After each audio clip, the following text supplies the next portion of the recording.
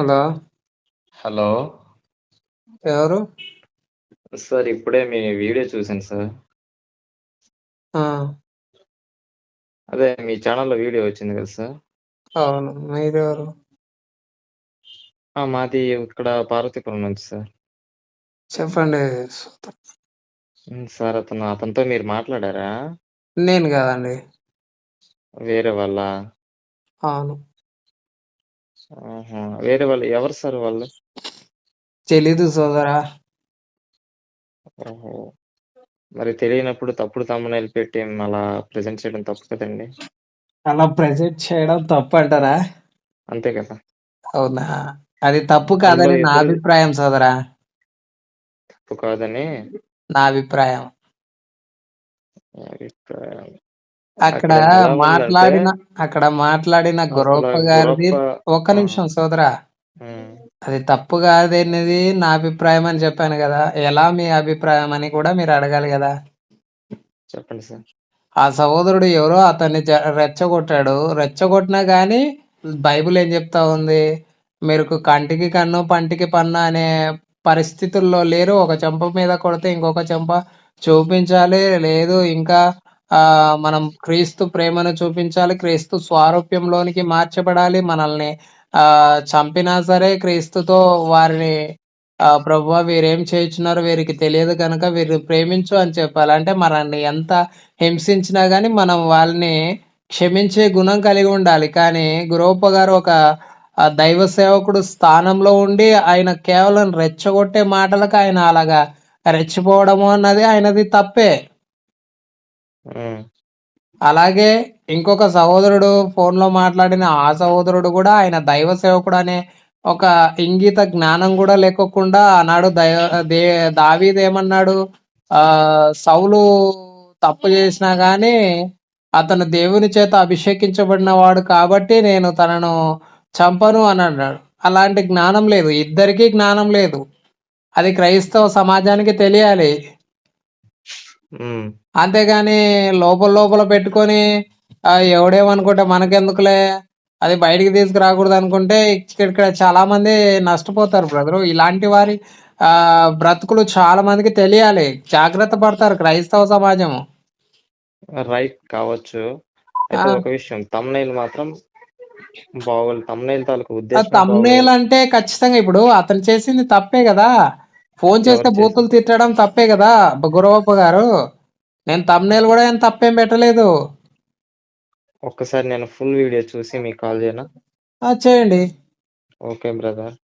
Okay. Thank you. Hi brother. చెప్పండి brother. అదే చూశాను. అతను ఆఖరిలో ఏమంటే ఇతనికి ఆ! అతను రెచ్చగొట్టే మాటలు మాట్లాడేటప్పుడు ఇతనికి చాలా సేపు ఏం మాట్లాడాలో అర్థం కాలేదు. చాలా సేపు తమాయించుకున్నాడు, తడువుకున్నాడు. మాట ఆ! దొరకలేదు. ఆ! ఎప్పుడు రెగ్యులర్ గా తిట్టేవాడంటే ఏదో ఒకటి అన్నా టక్మన మాట వచ్చేది అటు నుంచి ఇటు. ఓకే. రెగ్యులర్ గా తిట్టుకొని బూతులు మాట నువ్వు పెట్టినట్టు ఆ thumbnail లో పెట్టినట్టు బూతులు బ్రదర్, మాటలు. బ్రదరు ఒక్క నిమిషం. నువ్వు ఆ, రెగ్యులర్‌గా తిట్టకపోయినా, ఎప్పుడు అసలు నీ నోట్లో నుంచి బూతు రాకపోయినా, ఇంతకాలం ఉమ్, దాదాపు 30, 40 సంవత్సరాల నుంచి నువ్వు సేవా పరిచర్యలో ఉన్నావు. నేను అలాంటిది కాదు. ఏదో ఒక 10, 5 సంవత్సరాల సేవా పరిచర్య అంటే ఏదో నీలో ఆవేశం ఉండొచ్చు. ఆ! ఉమ్, 30, 40 సంవత్సరాల అనుభవం ఉండి, దైవ సేవకుడిగా ఉండి, అంటే నువ్వు ఉమ్. ఇంతకాలము సేవలో ఉన్నదంతా నీ నటనే గదా! ఆ! అంటే అది నేనేమంటున్నానంటే బయటకొచ్చిందన్నట్టే గదా! లోపలున్న నేనేం ఆ పాత చెప్తానంటే స్వభావం అన్నది బయటకొచ్చి నీ నూతన స్వభావం ఏది? ఆ ప్రేమించే స్వభావం ఏది? క్రీస్తు ప్రేమ ఏది నీలో? నాలో కాదు. నేను 30 సంవత్సరాల నుంచి సేవ చేయడం లేదు కానీ నేను గాదు నేనేమంటున్నానంటే బ్రదరు. నేను నీలో అనలేదు. మీలో ఆయనని అంటున్నా నేను.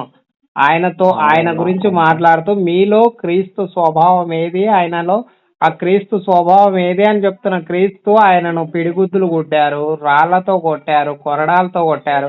అయినా ఆయన ఏమన్నాడు? ప్రభువా తండ్రి ఉమ్, వీరేం చేస్తున్నారో వీరికి తెలియదు గనుక వీరిని క్షమించు అన్నాడు.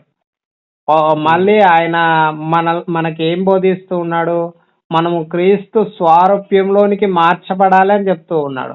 క్రీస్తు స్వారూప్యంలోనికి మార్చబడడం అంటే క్రీస్తు పోలికలు రావడమా ఏంది? కాదు, క్రీస్తు గుణాలు రావడం, క్రీస్తులోని సద్గుణాలు మనం అలవర్చుకోవడం, అది నేర్చుకోవాలి. కానీ తిట్టారు కదా అని మనం తిట్టడం, లేదంటే ఇంకొకరిని రెచ్చగొట్టి తిట్టించడం, ఇది క్రైస్తవ్యం కాదు.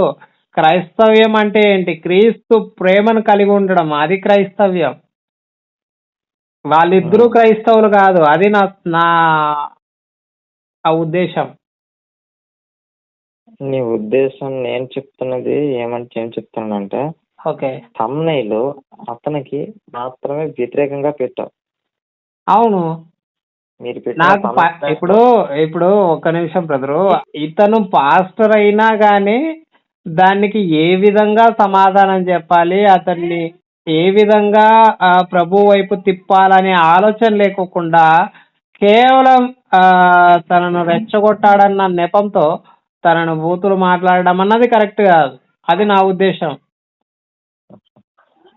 ఆ, ఇప్పుడు నువ్వు పాస్టర్వే, నిన్ను నీవు కంట్రోల్ చేసుకోలేకపోతే దేవుడు ఏమంటాడు? నీకు ఇంద్రియ నిగ్రహములు కలిగిన ఆత్మను మాత్రమే నేను నీకు అనుగ్రహించాను అని అంటాడు. అంటే నువ్వు పాస్టర్వే, నిన్ను నువ్వు కంట్రోల్ చేసుకోలేకపోతే నీలో ఉన్న ప్రేమను అతనికి తిడుతున్నా కానీ నువ్వు ప్రేమను చూపిస్తే అతను ఖచ్చితంగా కంట్రోల్ అవుతాడు, ఖచ్చితంగా తన ప్రేమను తెలుసుకుంటాడు. ఆ, అది లేదు కదా ఈయనలో. అవును. అది సోదరా, నేను ఇప్పుడే లేచాను, నాకు పని ఉంది, తర్వాత చేస్తాను. ఓకేనా? No problem. అంటే నేను చెప్పేది ఏంటంటే చెప్పేసి పెట్టేస్తాను, ఆగండి. మళ్ళీ ఇంకా ఏది? నేను చెప్తాను, ఆగండి. చెప్పేసి జస్ట్ ఒక 1 or 2 minutes. చెప్పండి. అంటే ఆ, ఫోన్ చేస్తే బండబూతులు తిట్టిన గురవప్ప అని పెట్టే తమ్నైల్ కంటే ఆ. రెచ్చగొడితే రెచ్చిపోయిన గురవప్ప అని పెట్టవచ్చు కదా. అంతేటా? అంతే కదా. ఫోన్ చేస్తే బండబూతులు తిడుతూ క్రైస్తవ్యం పరువు తీసిన పాస్టర్ మీసాల గురప్ప, అది ఎంత రాంగ్ తమ్నైల్. అది రాంగ్ ఫోన్ తమ్ముడా? చేస్తే తిడతాడంటే ఫోన్ చేస్తే తిట్టినాడు కదా, ఫోన్ చేసేటనే కదా తిట్టినది. నువ్వు అలాగ పెట్టేదానికంటే రెచ్చగొడితే కాదు రెచ్చిపోయిన బ్రదర్, గురవప్ప అని ఇప్పుడు పెట్టచ్చు కదా. రెచ్చగొడితే అంటే దగ్గరికి పోయి రెచ్చగొట్టినాడా? బ్రదర్, వాళ్ళ సంఘంలోకి పోయి రెచ్చగొట్టినాడా? అయితే అతను సంఘంలోకి వచ్చి తిట్టినాడా? ఫోన్ చేసినాడు కదా. మరి అదే ఫోన్ చేసి రెచ్చగొడితే రెచ్చిపోయాడు అని అనొచ్చు కదా. మరి నేను అదే కదా పెట్టినది. మీరు అలా అనలేదు.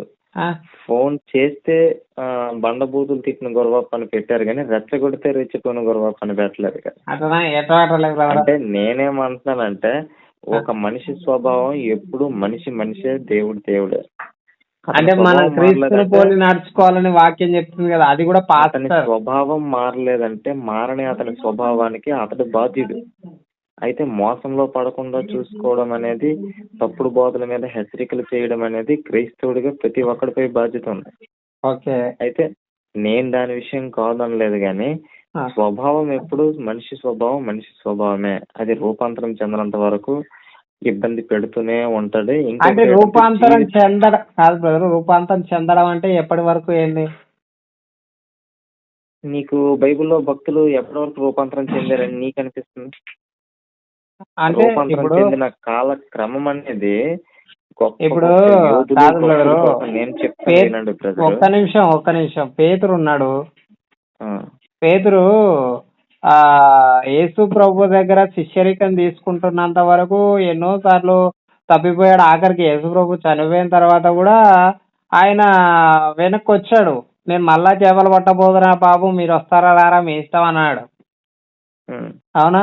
అటు తర్వాత దేవుడు ఎప్పుడైతే తనను దర్శించాడో అప్పుడు ఇక తను మారిపోయాడు. ఇక మళ్ళీ నేను చేపలు పడతానురా బాబు అనలేదు. ఇక ఆయన పరిచర్య చేశాడు. పరిచర్యలో సేవలో ఉన్నప్పుడు ఆయన ఎక్కడా తప్పిపోయినట్టు లేదు. అంటే సేవకుడు అని అంటే ఒక మాదిరి, దేవుని ప్రతినిధి, దేవుని వాక్కును అందించే స్వరము కలిగి ఉన్న దేవుని ప్రతినిధిగా ఉన్న నీవు ఇలాంటి మాటలు చూపిస్తే సమాజం ఏం నేర్చుకోవాలి నిన్ను చూసి? ఇప్పుడు అందరు యేసు ప్రభుని చూస్తున్నారా? సేవకుల్లో దేవుని చూస్తా ఉన్నారు. సేవకుల స్వరంలో దేవుని మాటలు వింటూ ఉన్నారు. ఉమ్. బ్రదర్ ఇంకా నేను మాట్లాడితే చాలా ఉంటాయిలే కానీ మనం తెగదు. బ్రదర్ నేను ఇప్పుడే లేచాను, సారీ ఏమనుకోవద్దండి. Okay brother. ఓకే.